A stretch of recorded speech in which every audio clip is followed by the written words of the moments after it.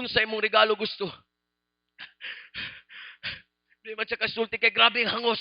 Ipangutana siya sign language. Letter A, multiple choice. Letter A, 10 million.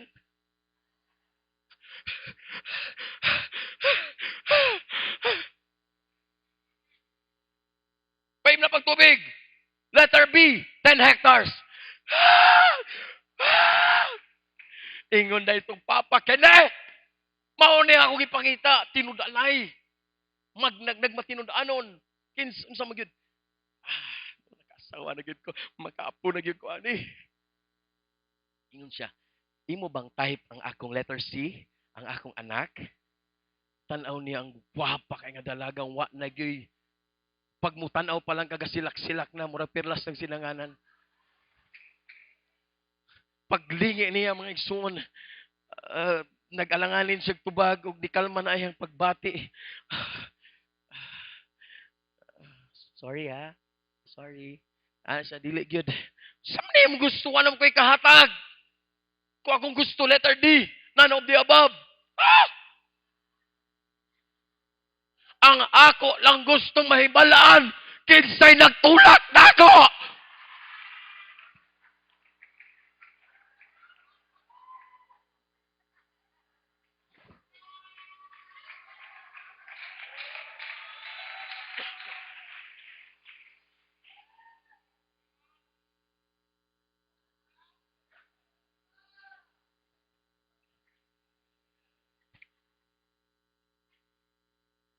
Wa ko'y labot. Nag-selfie lang ko dito. Na-disgrasya ko. Nga pagkahulog na ako hura-hura, bulangoy na lang. Akin na po eh. Di ko kabalog front stroke, nakatun kong front stroke. Pa di ko kabalog back stroke, nakatun kong back stroke. Para lang yun ko, mabuhi. Di ba kaha, sa mata ni Ana, ang pagkalagad niyong kinabuhia, daghan kayog mapintas nga pagsulay, daghan kayog hagit niyong kinabuhia. Ang uban, kung wala lang tagisulay, wala ta sa simbahan karon. Kung wala kagagig mapintas nga balatian, wa ka ni duol sa tilan sa Ginoo. Sa diyang wa kagagig pagsulay, wala ka ni balik sa Ginoo. Apan ang uban kaninyo, kinahanglan patulakon sa Ginoo aron makatnon mo, asa dapit ang dalan sa matarong, asa dapit ang tiilan sa Dios. Na ako'y members dito, kauban sa music team, naligo mig dagat. Nya hagipon man ako na sila niya. Medyo na ako'y bad kinaiya. Engineer Biting, thank you sa mga maayon nimong gisulti sa ako. Ang katunga ato tinuod. Ang kinaiya na ako mauni, kung bata akong tudluag lang oy, gunita na ako diri. Apan kung dako, itulak na ako.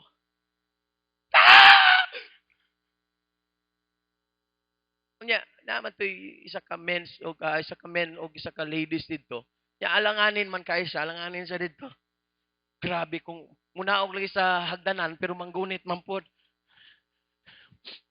Sama na oy. Nya di man pod lisod man ning cautious kayo, di man mo matulak na kay maibot ang tanang kuan na dalon Maria. Praise God. Og sa dagan sa istorya nagsugod na sila ng wilangoy. Itong isa ka ladies, ni palayo po ko kay suwog kayong tubig, palayo na po ko. Kita man ko paglingi na ako ang isa ka ladies ito. Grabe giinom niyang tubig. Gihimo niya, grabe yun. Kisi-kisi na siya. Niya ginabirat niya itong di kabalo mo langoy. Niya di kabalo mo langoy.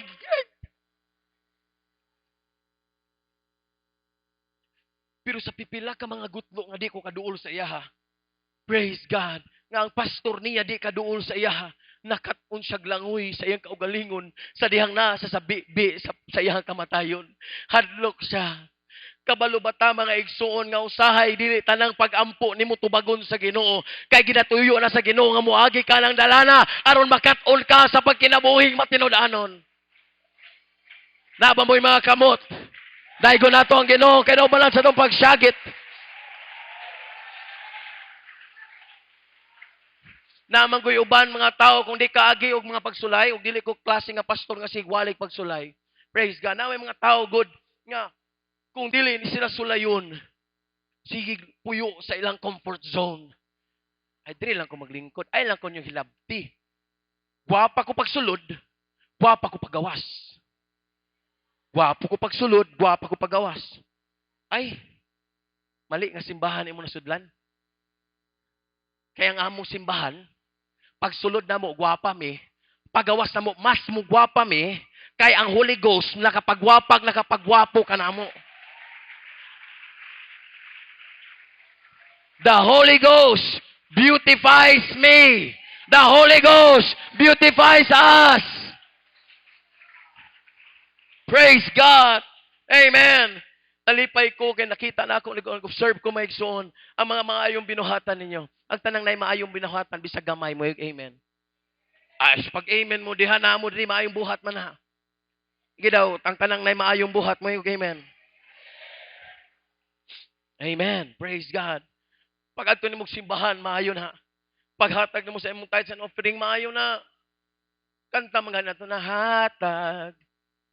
Aron paghahatagan, sikreto kini sa panalangin. Ang panalangin sa uban, kwarta sa lapi, kadungganan. Di na nimo madalag langit. Ang panalangin sa Ginoo, kwarta, kadungganan, sakyanan, maayong lawas, maayong utok, maayong kasing-kasing, maayong daloys dugo, maayong tanan, maayo. Kaya ang panalangin sa Ginoo walang nagagad sa kwarta. Na mga taong daghang kwarta pero di maayong utok. Na mga tao daghang kwarta pero daghang kay bodyguard. Pero kita, ang ato ang bodyguard, naapay pangalan. Kailan mo sa inyong bodyguard nga anghel? David said, praise God. Asa na gali ko? Pangalan sa anghel. Surely, goodness and mercy shall follow me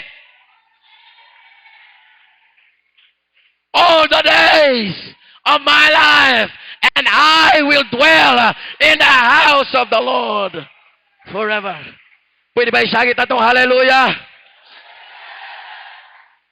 Ang tambag ni Pablo, praise God, na magpadayon ta sa pag-support sa ministry, nga maghimo tag kaugalingong ministry, o karong October mao ang Pastor's Appreciation Month. Kung di nyo ikasakit, tagain niyo gasa ang inyong mga pastor. Mas daghan man kay sila. Mas maayong daghang magbalantay kaysa walay magbantay. Wa ko nang asawa, pinagsulti ko tinood. Kay bisan pag 5 years old pa ang mong simbahan, na ay 8 ka buok pastor diha. Nya, pag mag-conference, alam nyo na.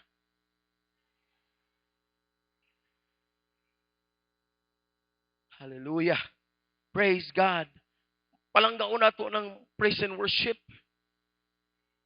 Ganahan ko sa inyo ang praise music team. Ma-feel ang presensya sa Ginoo. Ma-feel na ko, galihok ang presensya sa Ginoo.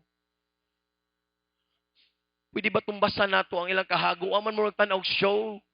Di man ni showtime. Di man ni awit ng tanghalan.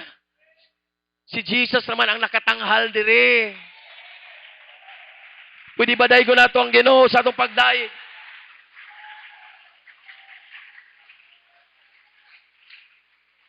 Para sa mga nagahimog po, maayo mga isuon mo ni tambag ni